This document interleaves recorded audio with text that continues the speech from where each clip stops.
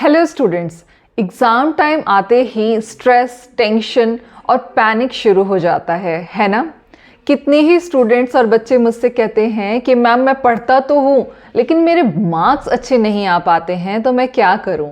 तो आज के इस वीडियो में मैं आपसे शेयर करने जा रही हूँ 7 स्मार्ट स्टडी टिप्स जिसको कि टॉपर्स यूज़ करते हैं। कॉन्सेप्ट को रट्टा मारने के लिए नहीं, उसे समझने के लिए एंड स्कोर्स को बढ़ाने के लिए। सो पेन उठाओ, अपने माइंड को ओपन रखो and let's begin. Tip 1, study with plan not with mood. सबसे बड़ी मिस्टेक पता है क्या होती है बच्चों, कि जितने भी स्टूडेंट्स होते हैं वो ये सोचते हैं कि आज मेरा मन कर रहा है, आज मेरा मूड है तो पढ़ूंगा, आज मेरा मूड नहीं है तो मैं नहीं पढ़ूंगा। बट टॉपर्स पता है क्या करते हैं, वो अपने प्लान के अकॉर्डिंग स्टडी करते हैं।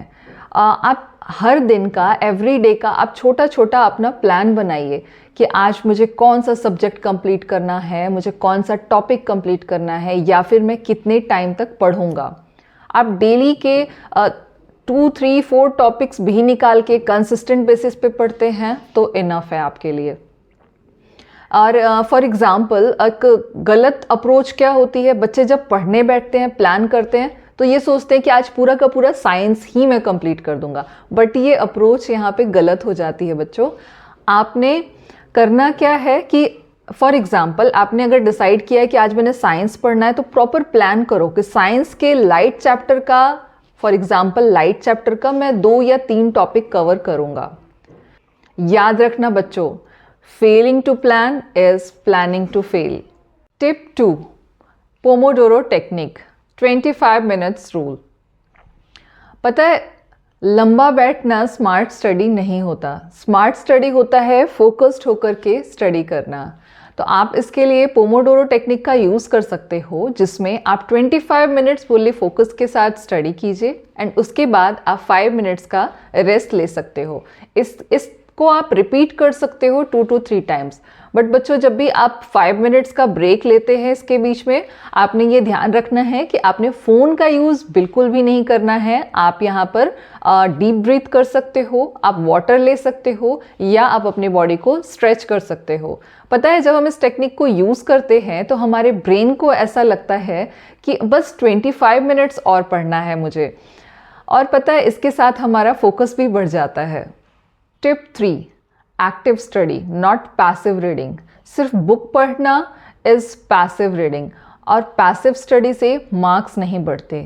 एक्टिव स्टडी का मतलब है बच्चों कि आप ज़्यादा से ज़्यादा क्वेश्चन सॉल्व करने के लिए भी ट्राई करो। आप अपने शब्दों में, अपने वर्ड्स में किसी टॉपिक को एक्सप्लेन करने के लिए ट्राई करो, और आप ज़्यादा से ज़्यादा कोशिश करो चीज़ों को थोड़ा लाउड होकर के रीड करने के लिए। खुद से ये क्वेश्चन पूछिए आप कि क्या मैं इस पर्टिकुलर टॉपिक को या मैं किसी क्वेश्चन के आंसर को किसी दूसरे को एक्सप्लेन कर सकता हूँ अच्छे तरीके से। If yes then well and good, and अगर आपको लगता है कि आप नहीं एक्सप्लेन कर सकते तो और स्मार्ट पढ़ने की ज़रूरत है। टिप 4, यूज़ मेमोरी स्ट्रैटेजीज और मेमोरी टेक्निक्स। पता है हमारे ब्रेन को बोरिंग लिस्ट्स पसंद नहीं, हमारे ब्रेन को क्रिएटिविटी पसंद है, इमेजेस पसंद है, स्टोरीज पसंद है। अगर हम इस तरीके से याद करते हैं, ज़्यादा से ज़्यादा क्रिएटिव मेमोरी हम रखते हैं, तो हमारा जो रिकॉल है वो और भी ज़्यादा स्ट्रॉन्ग हो जाता है। फॉर एग्ज़ाम्पल अगर आपको प्लैनेट का नाम सीक्वेंस में लर्न करना है तो आप इस तरीके से कर सकते हो कि my very educated mother just serve us nachos. अब यहाँ पर माई का एम इज मर्क्यूरी, वेरी का वी इज वीनस, एजुकेटेड का ई इज अर्थ, मदर का एम इज मार्स, जस्ट का जे इज जुपिटर, सर्व्ड का एस इज सैटर्न, अस का U is Uranus, and nachos का एन इज नेपट्यून। तो इस तरीके से जितना ज़्यादा क्रिएटिव आपकी मेमोरी होगी उतना स्ट्रॉन्ग आपका रिकॉल होने वाला है। Tip 5, revise smartly. आपने पढ़ाई एक बार करनी है बट उसको रिवाइज आपने 3 टाइम्स करना है। अब स्मार्ट रिवीजन का क्या रूल होता है? जिस दिन हमने किसी सब्जेक्ट के किसी चैप्टर या किसी टॉपिक को कवर किया, सेम डे आप 10 मिनट्स निकाल के नाइट में आप उसको रिवाइज कीजिए। इसके बाद आप उसको 3rd डे पे रिवाइज कीजिए। एंड जब पूरा वीक बीत जाए तो आप संडे को आपने पूरे वीक में जो भी चीज़ें पढ़ी हैं आप उसको रिवाइज करो।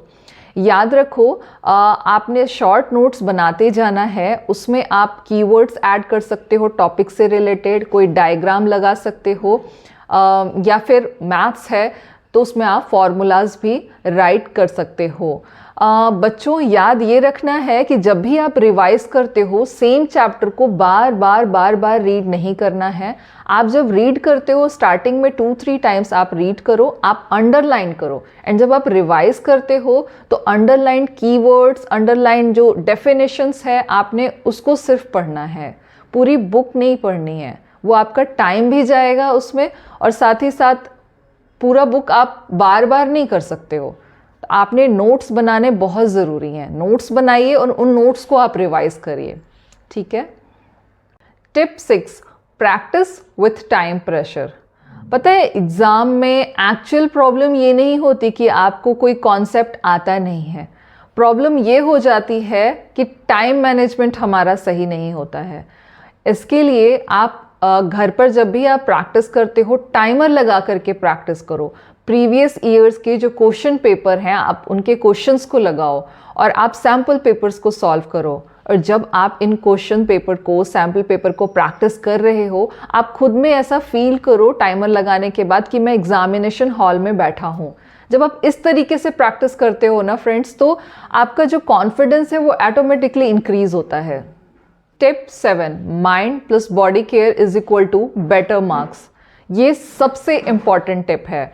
याद रखो बच्चों कि आपकी नींद पूरी होना बहुत ज़रूरी है। आपने एवरीडे बेसिस पे कोई लाइट एक्सरसाइज करनी है और आप मेडिटेशन प्रैक्टिस भी ज़रूर कीजिए।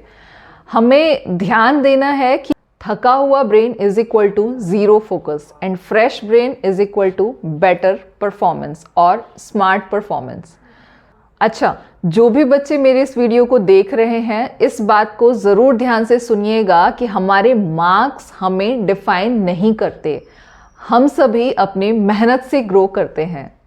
तो स्टूडेंट्स, स्मार्ट स्टडी का मतलब ज़्यादा पढ़ना नहीं, स्मार्ट स्टडी का मतलब है सही तरीके से पढ़ना। तो अगर आप इन टिप्स को आज से ही फॉलो करते हो तो आपके मार्क्स में डिफरेंस पक्का है। और अगर आपको ये टिप्स हेल्पफुल लगे, अच्छे लगे, तो अपने फ्रेंड्स के साथ ज़रूर शेयर कीजिएगा ताकि आप उनकी भी हेल्प कर पाओ। All the best for your exams and remember, you are smarter than you think.